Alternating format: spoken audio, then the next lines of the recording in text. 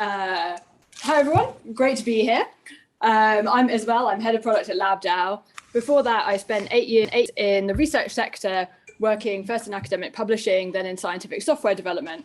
And I am completely passionate about the way that science works and how we might be able to support it to work better.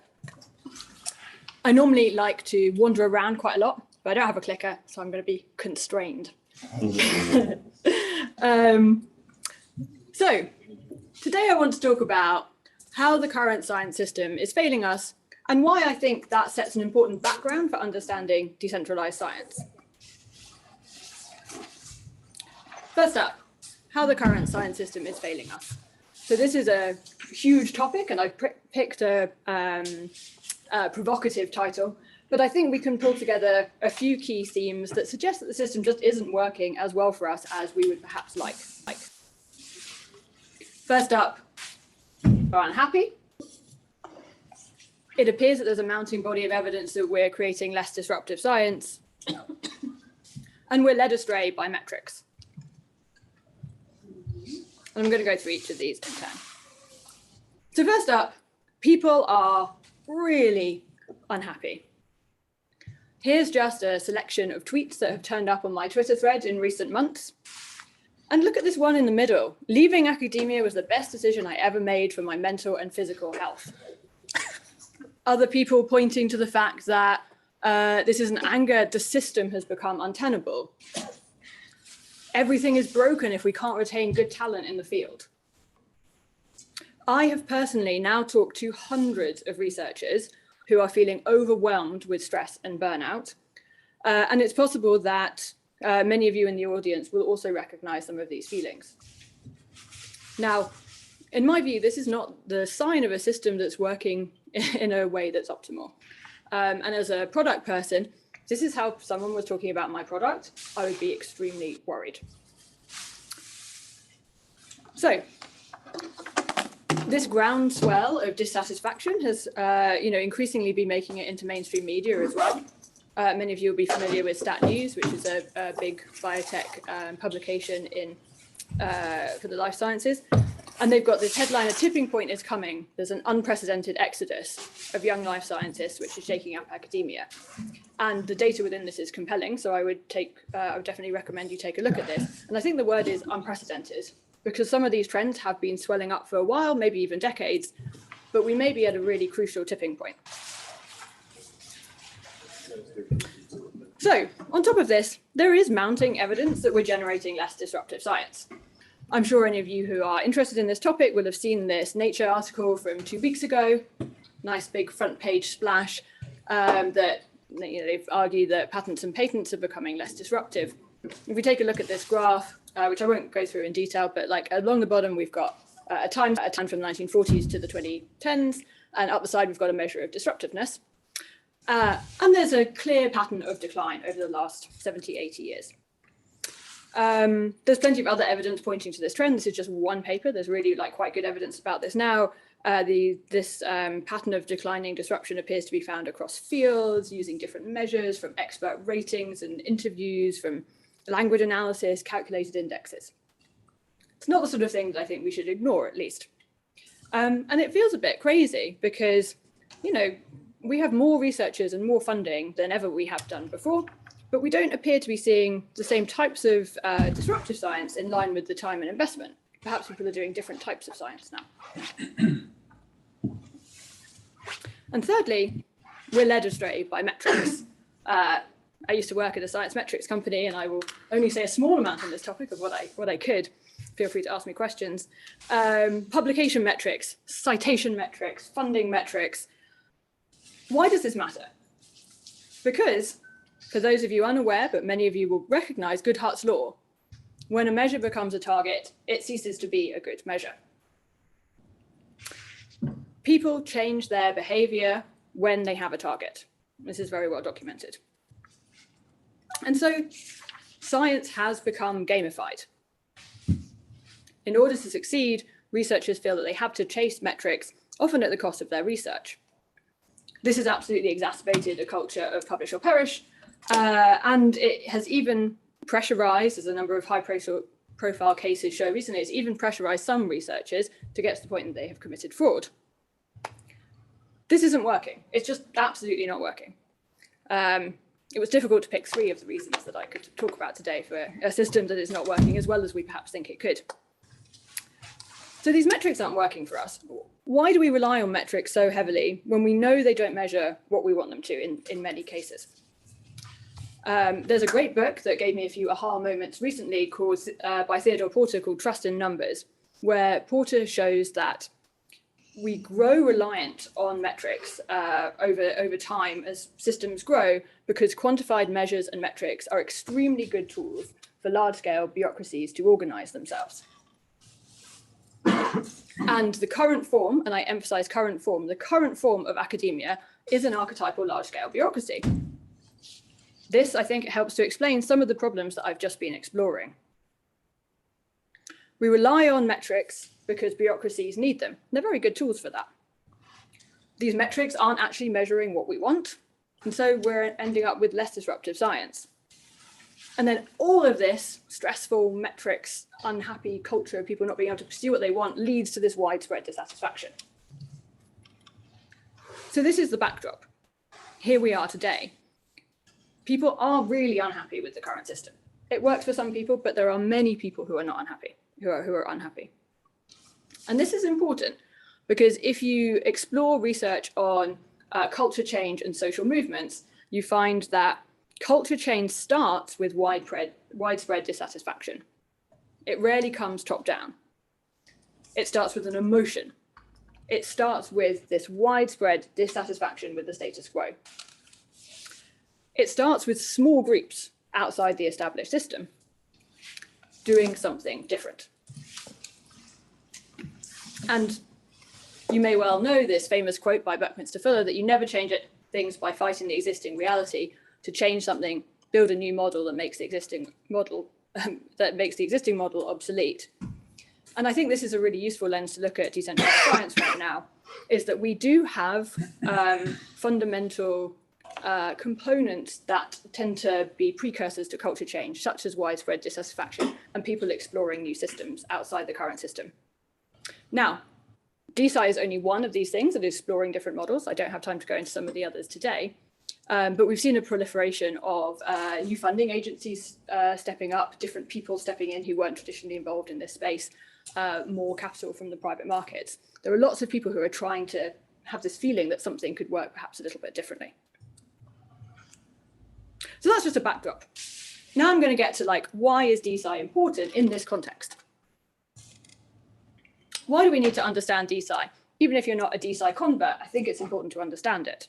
I'm going to start by saying how I feel about DeSci. I think DeSci is about exploring new ways to do research, building from the ground up on principles of openness, collaboration, empowerment, and equitable distribution. The most important thing about DeSci, however, is that it is a blank canvas. It provides a radical new space outside the current system, free from those previous constraints. Even more so, though, DeSci has some powerful tools available, and this is why it's interesting. It pulls ideas, talent, and technology from other sectors, obviously notably the blockchain and decentralized finance sectors, but there are others too. And these aren't just any old tools that it has at its disposal. These are the types of tools that work at changing the building blocks of systems. So let's explore some of these. We've got this foundation of decentralized technologies. Smart contracts and distributed computation have spawned a whole new platform for experimenting with governance mechanisms, such as shared ownership and weighted voting rights. It spawned new economics, new business models and incentives. And it's creating boundary-pushing frameworks around legal entities, how we think about legal entities and intellectual property rights. To give examples of how impactful these building blocks are, let's consider some of the example questions that they allow us to ask with this spirit of a blank canvas. You can ask things like, what if a scientific organization operated as a cooperative? What if we managed to create a sustainable business model for public goods, like open source software, that allowed us to fund scientific software with tech salaries and attract the best talent? What if patients owned intellectual property for the drugs that treat them? It allows you, this blank space, this design space, allows you to ask questions that you didn't even realize that you could ask. You didn't know if you had permission to ask these questions. It allows you to put aside the usual constraints and to start again. These are not just levers on the current system. These are the building blocks of new systems. So we have a rare opportunity right now to explore the fundamental building blocks of new systems, of new organizational structures, whether you use DeSci for it or not. Why does this matter? Well, in an article on ideal governance by Holden Karnofsky, who's the founder of Open Philanthropy, and GiveWell, he points out that we're still relying on a really small number, like 3 governance structures, mainly, for like most of humanity, despite the fact there are many other types available that may be promising. And many of these 3 structures were created in the 19th century, sometimes even more older. And he argues that there could be outside returns on more governance experimentation. I think this is very much the case in science. Experimenting with new organizational and governance structures could deliver outsized returns. For example, let's run more organizational experiments. What if we made like a load more focused research organizations that have another project that's come together in the last year or 2, focusing on like creating almost like a non-profit startup. We could take some inspiration from some really interesting crypto businesses that have a foundation at the model at the center with for-profit spin-outs. Maybe we should ask, should we have more labs with 2 PIs as co-founders so that they can share stress and workload? What about interdisciplinary labs, like a barbell structure with which is like 2 connected labs from different fields working on the same problem? You can check out the Dream Machine for a good example of that. Could we have labs that were cooperatives? What else could we do? I think the power of a new design space, and with tools for creating new systems, you can say, if we can dream it, we can probably do it. So when we think about organizing groups of people, it would be remiss of me not to mention the DAO, because one of the powerful concepts that has emerged from the space so far is that of a DAO, a decentralized autonomous organization. For those who are less familiar, these are good definitions that are usually online internet communities that come together around a specific purpose or goal. But a DAO is an extremely flexible structure at the moment. It's very abstract. There's no real set, totally agreed definition of what a DAO is or what a DAO operates. And again, we're at a rare moment right now, whereas if you start a DAO, you can experiment with what the rules of the game should be. You can write your own rules of the game.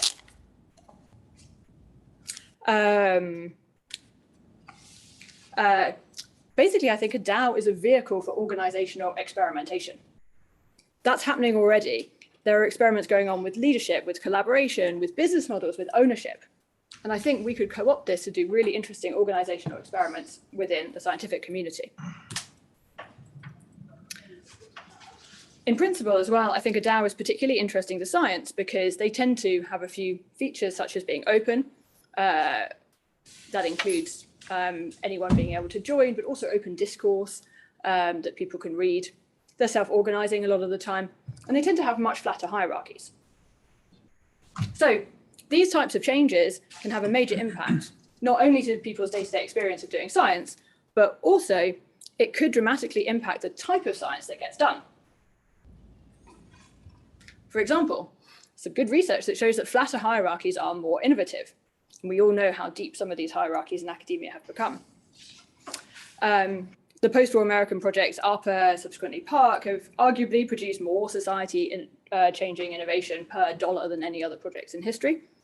Developing graphical user interface, laser printer, foundational aspects of the internet. And as Alan Kay puts it, flat hierarchies were essential to how these groups operated. Recent work backs this up. Liu, Wu, and Evans at the University of Chicago have found that flatter hierarchies in science teams create more innovative science. In similar vein, Wu, Wang, and Evans have also found that small teams disrupt science more than large teams. which shouldn't really surprise us. If we think about startups, we expect startups to disrupt the status quo and large organizations to scale it. And it appears that we find the same pattern in science. That's okay, but large teams have been systematically on the rise within science and small teams on the decline. So governance matters. Flat hierarchies matter, small teams matter. And I believe that it's time to restructure science. DeSci is interesting in this space of a system that isn't working just as well as we know that it could, and that has come so far from its roots. Academia has changed a lot in 50 years. DeSci offers us a blank canvas to create experiments.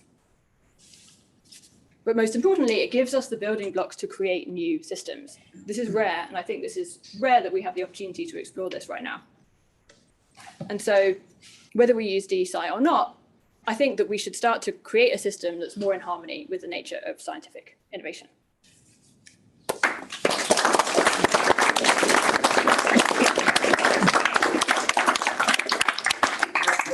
Questions? Yes. So describing challenges within science, and science is, in your talk is often overlapping or conflated with the academic institution. And a lot of the language from yourself and others today it's very revolutionary. And so to coin a phrase, at the moment, the institutions control the means of production.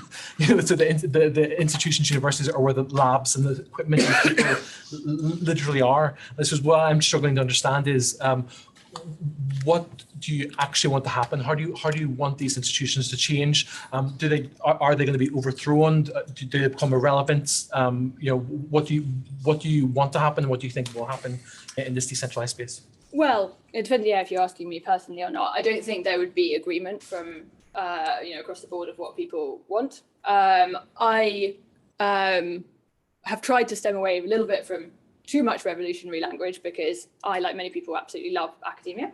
I do think, however, that we have a space to just pull it a little bit back to its roots and to focus, whether using DeSci or not, just focusing on helping science be actually more focused around the individual. I often think that it's important to not think about science actually as a massive system, but to think of like lots and lots and lots of individuals. And I know far too many individuals who just are not enjoying their experience in academia, but also beyond. So my sort of exhortation to the DeSci community would actually be more about like just focus on creating small projects or systems that work for individuals within it, because then actually that's how you get bigger culture change. And I think this culture change could expand throughout the academy, into industry, all the different parts of the scientific community. But I'd like more individuals to feel more fulfilled. Maybe just to sneak a follow-up and just to maybe sharpen my question more. Do you think that institutions will change? So for instance, the incentives, for instance, publish or perish, do you think DeSci will or can really influence like universities to change fundamentally how their labs operate and how they do? Yeah, I think it can. I think it can because we have these building blocks of different systems. I don't think DeSci or crypto in its current form will do that. You probably noticed I didn't mention the word token or any particular language. DAO was as close as I got to it. I think there are learnings that we can take that expand far beyond DeSci, but that use some of these mechanisms. I would encourage you to come along if you have the time to our founder Nicholas's talk tomorrow on actually putting some of this into practice. If I give you an example though from LabDAO, one of the principles of LabDAO is that we have like moving towards like an open structure where scientists can join, and then they've like found each other and they're like, oh wow, I didn't know that you were also working on this, and they just come together in a way that's very natural in an online community. So I firmly believe that academia, whether like the systems, the structures, or frankly the technology, wasn't built in a 21st century way. And it doesn't work actually for a lot of people in their early 20s. But actually I think that's where we'll see the change. I don't know if we'll see rapid change like higher up, but I think that people between 20 and 30 don't feel that the system is working for them very well. So anyone can join. They find other people that they think are cool. They're like, hey, do you want to work on this? Particularly if it's around, we focus on computational life sciences. So a lot of machine learning people as well. It's like, oh, should we work on this problem? These people come together in projects then these projects can get funding themselves and start to do this research just in a very decentralized fashion. And one of the things that we've made very clear is that you decide what success is for your project. Like, it's not necessarily publications, and people don't have to prove their successes with publications. You can choose like what looks like success. For example, maybe you want to create a startup, maybe you want to create an open source tool. We're trying to just expand the nature of things that we can consider successful in a scientific career. I'll just say that there's a paper that goes into this in quite a lot of detail, looking at how scientific software gets funded. Lots of people know there's problems with that, and often people have to like write a paper around the piece of software just so they can like get it funded. And these are the types of things that they don't make a lot of sense from where we are now in the 2020s, looking ahead over the next 20 years.